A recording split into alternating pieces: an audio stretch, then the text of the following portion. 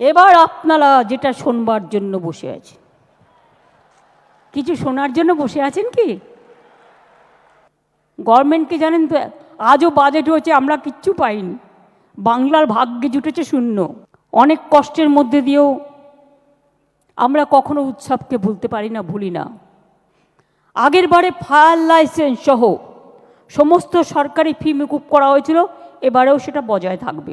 বিদ্যুতের ছাড় আগের বারে ছিল 2/3 মানে 66%, কিন্তু এবার আমি সিএসসির সাথে কথা বলেছি এবং পাওয়ার ডিপার্টমেন্টের শান্তনু অরূপের সাথেও কথা বলেছি। আমি বলেছি 66% হবে না, 75% ছাড় করো, কারণ বিদ্যুতের দামটা একটু বেশি করে দিয়েছে। আর গতবারে অনুদান পেয়েছিলেন কত? জেলাগুলো কি বলছে? ব্লকগুলো কি বলছে?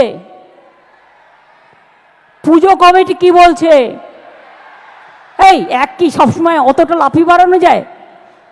আস্তে আস্তে ওঠো, স্ল্যাব আছে না। প্রথম যখন শুরু করেছিলাম 25,000 দিয়ে, ঠিক তো? তারপরে আস্তে আস্তে আস্তে আস্তে 70 এসছে। এবারে যদি সব করে দিই, আগে আসছে বছর কি হবে? আসছে বছরের জন্য তো রেখে দিতে হবে।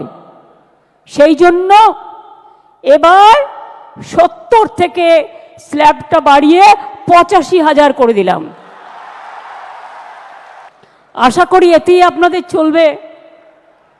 এই গরিব গভর্নমেন্ট এর থেকে বেশি আর কি করতে পারে বলুন?